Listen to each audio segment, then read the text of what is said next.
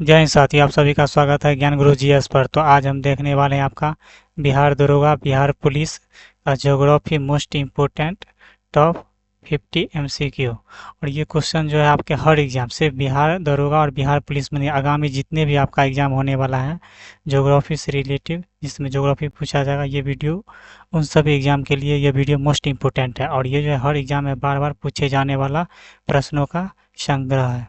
तो चलिए स्टार्ट करते हैं। पहला क्वेश्चन है, भारत के राज्यों में से किसकी तटरेखा सबसे लंबी है? और ये जो है यूपी पीसीएस प्री 2018 में पूछा हुआ। तो सबसे लंबी तटरेखा किस राज्य की है? तो सबसे लंबी तटरेखा गुजरात राज्य की है। गुजरात राज्य की सबसे लंबी तटरेखा है। समझ गए? चलिए अगला क्वेश्चन देखिए। और यही पूछेगा, ये तो हो गया। देखिए, पश्चिमी तट में सबसे सबसे लंबा तटरेखा किसकी है? तो गुजरात का है। और सेकंड में किसका आता है? तो सेकंड में आंध्र प्रदेश का आता है। सेकंड नंबर पर किसका है? आंध्र आंध्र प्रदेश का है। आपका किसका है? आंध्र प्रदेश का है। सेकंड नंबर पर आता है तटरेखा। सबसे पहला गुजरात की तटरेखा सबसे लंबी है, दूसरा आंध्र प्रदेश की सबसे लंबी तटरेखा। और ये क्वेश्चन और पूछा जाता है कि सबसे पश्चिमी तट में सबसे लंबी तटरेखा किस राज्य की है? तो गुजरात की है। किसकी है? गुजरात की है। वही पूछेगा कि पूर्वी भारत में, पूर्वी तटरेखा में पूछेगा, या पूर्वी तट में सबसे लंबा तटरेखा लगाने वाला राज्य कौन सा है? तो आंध्र प्रदेश है। क्या हो जाएगा? आंध्र प्रदेश है। और एक क्वेश्चन और पूछा जाता है, एक क्वेश्चन और पूछा जाएगा कि सबसे छोटी तटरेखा कौन सा राज्य लगाता है? तो यहाँ पे आपका है गोवा। तो गोवा सबसे छोटा आपका तटरेखा बनाता है। और ये भी पूछ सकता है कि पश्चिमी तट पे सबसे छोटा तटरेखा कौन सा राज्य बनाता है? तो गोवा बनाता है। कौन सा राज्य बनाता है? गोवा बनाता है। वही पूछेगा इस साइड। अगर पूर्वी तटरेखा में सबसे सबसे छोटा राज्य कौन सा सीमा लगाता है? तो वो हो जाएगा आपका पश्चिम बंगाल। क्या हो जाएगा? पश्चिम बंगाल हो जाएगा। चलिए अगला क्वेश्चन देखिए। अगला क्वेश्चन है 2 नंबर क्वेश्चन है आपका, वैश्विक उष्मन के फलस्वरूप किसकी बारंबारता और प्रचंडता बढ़ जाती है? तो इसका सही आंसर हो जाएगा चक्रवात, तूफान और बवंडर का बढ़ जाती है। चलिए अगला क्वेश्चन देखिए। अगला क्वेश्चन है 3 नंबर क्वेश्चन है आपका। 3 नंबर क्वेश्चन है आपका, काली मिट्टी किस क्षेत्र में पाई जाती है? तो काली मिट्टी जो है ज्यादातर महाराष्ट्र के क्षेत्र में पाई जाती है। ऑप्शन नंबर बी सही जवाब हो जाएगा। चलिए अगला क्वेश्चन देखिए। अगला क्वेश्चन है आपका, निम्नलिखित में से कौन सा मृदा से संबंधित है? तो देखिए, एडेफिक जो है मृदा से संबंधित है। एडेफिक शब्द जो है ये किससे संबंधित है? मिट्टी से संबंधित है। यानी ऑप्शन नंबर ए सही जवाब हो जाएगा। चलिए अगला क्वेश्चन देखिए। देखिए 5 नंबर क्वेश्चन है आपका, भारत के विभिन्न क्षेत्रों में उत्पादित सुल्ताना, गुलाबी और काली चंपा प्रमुख फलों में किसकी किस्में है? तो ये अंगूर की किस्में। किसकी है? अंगूर की किस्में है। चलिए अगला क्वेश्चन देखिए। अगला क्वेश्चन 6 नंबर है, राज्यों में कौन इलायची एवं काली मिर्च का सबसे बड़ा उत्पादक राज्य है? तो इसका सही आंसर हो जाएगा आपका केरल। क्या है? केरल। केरल जो है आपका इलायची और काली मिर्च में सबसे सर्वोत्तम स्थान पे है। कौन सा? तो केरल है, हमेशा रहता है ये। और ये क्वेश्चन देख लीजिए, यूपी पीसीएस प्री 2018 में पूछा हुआ है। जितना भी क्वेश्चन है आपका मोस्ट इंपोर्टेंट है, कोई ना कोई एग्जाम में पूछा हुआ है। चलिए देखिए 7 नंबर क्वेश्चन है आपका, राज्यों में कौन सड़कों की लंबाई में भारत में प्रथम पायदान पर है? तो इसका सही आंसर हो जाएगा महाराष्ट्र। महाराष्ट्र जो है प्रथम स्थान पाता है पक्की सड़कों के निर्माण में, की लंबाई में, निर्माण में, और वो भी लंबाई। सबसे लंबी सड़कें जो है आपका महाराष्ट्र में है, मतलब पक्की सड़कें की लंबाई। चलिए 8 नंबर क्वेश्चन देखिए, भारत की निम्नलिखित नदियों में कौन पश्चिमी घाट से नहीं निकलती है? तो देखिए गोदावरी जो है पश्चिमी घाट से नहीं निकलती है। समझ गए? चलिए अगला क्वेश्चन देखिए। नहीं तो ताप्ती हो गया, कावेरी हो गया, कृष्णा हो गया, ये आपका पश्चिमी घाट से निकलता है, लेकिन ये जो है आपका गोदावरी नहीं निकलती।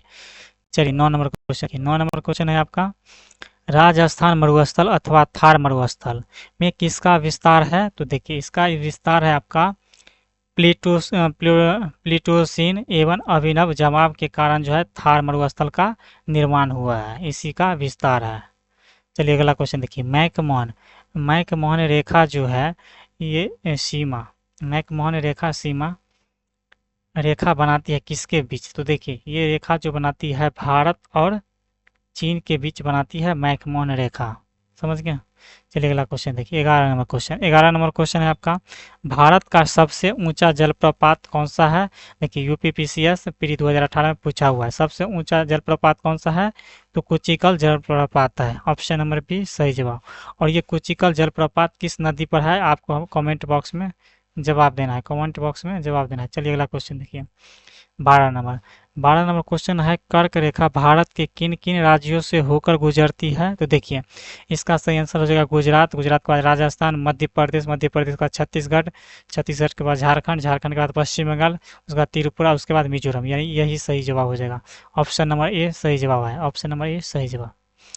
चलिए अगला क्वेश्चन देखिए, अगला क्वेश्चन है 13 नंबर। 13 नंबर क्वेश्चन है आपका, देखिए निम्नलिखित में से कौन सा शहर कर्क रेखा से सबसे निकटतम है। तो इसका सही आंसर हो जाएगा रांची, रांची जो है सबसे निकटतम है, ऑप्शन के अनुसार रांची जो है सबसे निकटतम है। चलिए अगला क्वेश्चन देखिए, अगला क्वेश्चन है, कौन सा हिमनद भारत की सबसे बड़ा हिमनद है। तो इसका सही आंसर हो जाएगा सियाचिन हिमनद जो है भारत का सबसे बड़ा हिमनद है, और ये जो है आपका 34 वर्ग किलोमीटर में फैला हुआ है।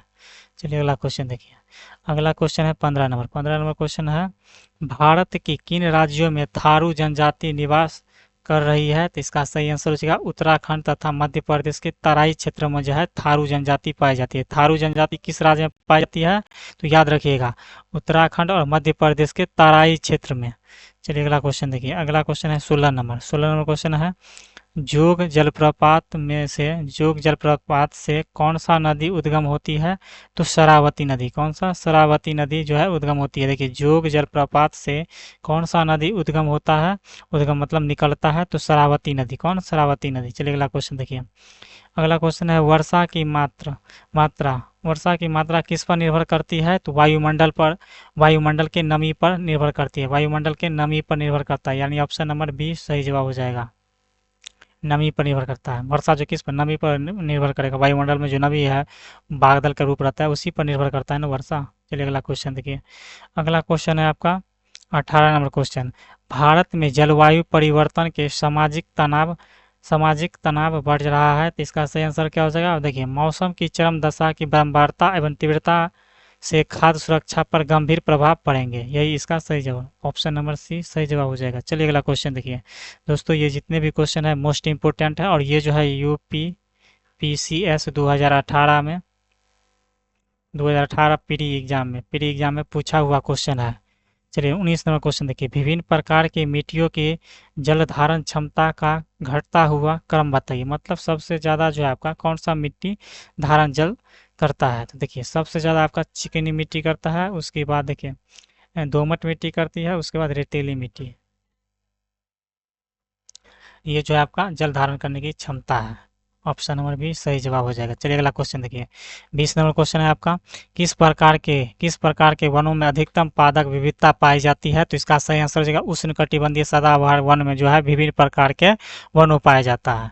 चलिए अगला क्वेश्चन देखिए, India state of forest report 2017 के अनुसार देश के कुल भौगोलिक क्षेत्र पर कितना प्रतिशत में वन है, यानी वन से झपा हुआ है, तो वनाच्छित है। तो इसका सही आंसर होगा 21.54% जो है इतना में क्या है, वन है आपका।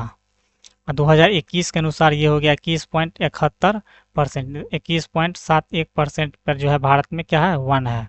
चलिए अगला क्वेश्चन देखिए, अगला क्वेश्चन है आपका, भारत में वन क्षेत्र का ह्रास भारत के जनांकीय संक्रमण से प्रत्यक्ष संबंधित रहा है। तो इसका सही आंसर है वन क्षेत्र और जनसंख्या वृद्धि में प्रायः नकारात्मक विलोम संबंध है। देखिए वन क्षेत्र और जनसंख्या वृद्धि में प्रायः नकारात्मक संबंध है, ये बिल्कुल सही है, यही होगा आपका।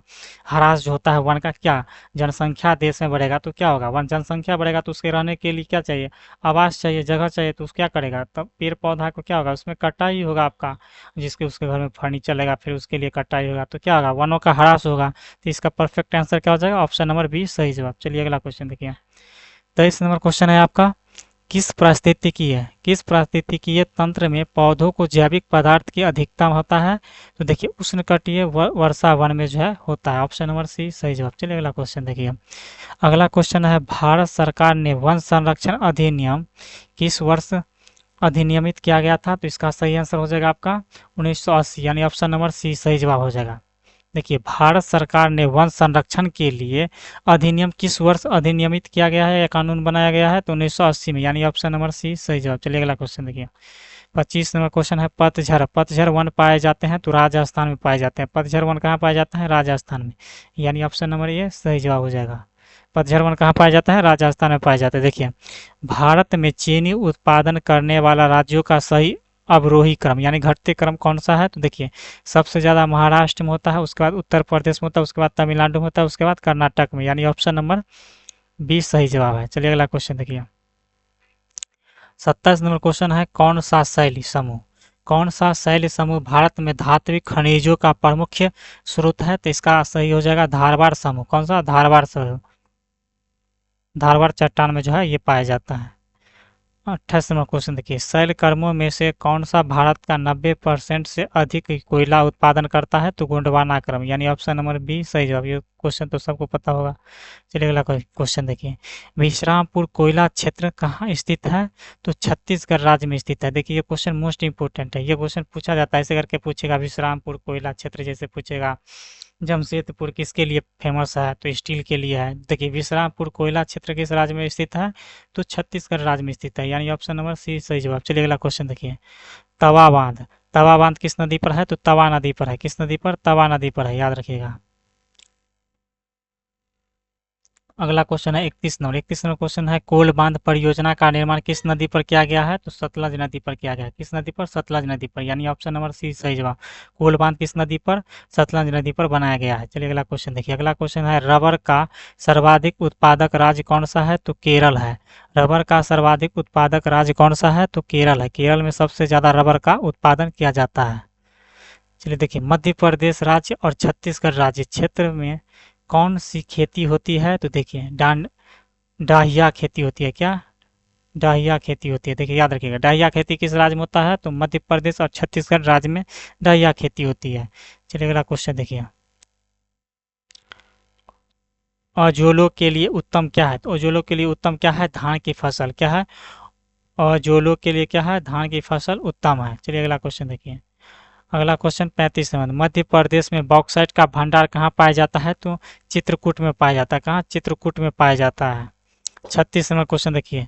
भारत में सहकारिता आंदोलन किस क्षेत्र में सर्वप्रथम प्रारंभ किया गया था? तो कृषि शाख के क्षेत्र में। चलिए अगला क्वेश्चन देखिए। अगला क्वेश्चन है पी सेनगुप्ता और सी सदा सदा संयुक्त 1968 ने भारत को कितने लघु कृषि क्षेत्रों में बांटा गया? तो इसका सही आंसर हो जाएगा आपका 60। किसने? 60 में बांटा गया। देखिए, पी सेनगुप्ता और जी सदा संयुक्त 1968 ने भारत को कितने कृषि क्षेत्रों में बांटा गया था? तो 60 में। कितने? 1968 में किया गया था और 60 क्षेत्रों में बांटा गया था। कौन कौन बांटा था? तो पी सेनगुप्ता और जी सदायुक्त ने। अगला क्वेश्चन देखिए, सबके लिए सतत ऊर्जा दशक किस संगठन का पहल है? तो इसका सही आंसर हो जाएगा संयुक्त राष्ट्र संघ का पहल है। सबके लिए सतत ऊर्जा दशक किस संगठन के पहल है? तो संयुक्त राष्ट्र संघ का यह क्या है? पहल है। फिर अगला क्वेश्चन देखिए, गुजरात, गुजरात किस फसल के लिए मुख्य उत्पादकों में से एक है? तो बाजरा उत्पादकों के लिए एक है। चलिए अगला देखिए, पहलगाम, पहलगाम चारा क्षेत्र किस राज्य में स्थित है? तो जम्मू कश्मीर में है। यहाँ पे हाल ही में क्या हुआ है? आपका यहाँ पे आतंकवादी हमला हुआ था पहलगाम में। पहलगाम चारा क्षेत्र, चारागाह क्षेत्र किस राज्य में अवस्थित है? तो जम्मू कश्मीर में स्थित है। यह केंद्र शासित प्रदेश है, यूनियन टेरिटरी है। चलिए अगला क्वेश्चन देखिए। लोहा और इस्पात कारखानों में से कौन कच्चे माल क्षेत्र के समीप नहीं है? तो सेलम। क्या हो जाएगा इसका? सेलम। क्या हो जाएगा? सेलम नहीं है। चलिए अगला क्वेश्चन देखिए। 100%, 100% ऊर्जा उत्पादन ऊर्जा पर चलने वाला भारत का पहला केंद्र शासित प्रदेश कौन सा है? तो दीव है। कौन सा है? दीव। देखिए, 100% यानी 100% ऊर्जा पर चलने वाला भारत का पहला केंद्र शासित प्रदेश कौन सा है? तो दीव है। कौन है? दीव। अगला क्वेश्चन, पतलातू थर्मल प्लांट किस राज्य में स्थित है? तो झारखंड में है। पतलातू थर्मल प्लांट किस राज्य में स्थित है? तो झारखंड में है। ऑप्शन नंबर बी सही जवाब। चलिए अगला क्वेश्चन देखिए। अगला क्वेश्चन 44 नंबर है, प्रथम प्रथम दीनदयाल हस्तकला संकुल व्यापार सुविधा केंद्र कहाँ अवस्थित है? तो इसका सही आंसर हो जाएगा वाराणसी में। कहाँ? वाराणसी में, यानी ऑप्शन नंबर बी सही जवाब। चलिए अगला क्वेश्चन देखिए। गुइंदी राष्ट्रीय उद्यान कहाँ स्थित है? तो तमिलनाडु में। गुइंदी राष्ट्रीय उद्यान कहाँ अवस्थित है? तमिलनाडु में अवस्थित है। अगला क्वेश्चन है आपका, सतत विकास विशेष बल देता है। सतत विकास बल देता है, देखिए, मानवता को वर्तमान की आवश्यकताओं की पूर्ति इस प्रकार सुनिश्चित करे हेतु आगामी पीढ़ियों को संसाधन की उपलब्धता समझौता ना हो। देखिए, सतत विकास विशेष बल किस पे देता है कि देखिए, हम मानवता जो है, अभी हम मानव जो है अपने संसाधन को उस तरह उपयोग करे कि आने वाले पीढ़ियों जो है उसको भी इस्तेमाल कर सके।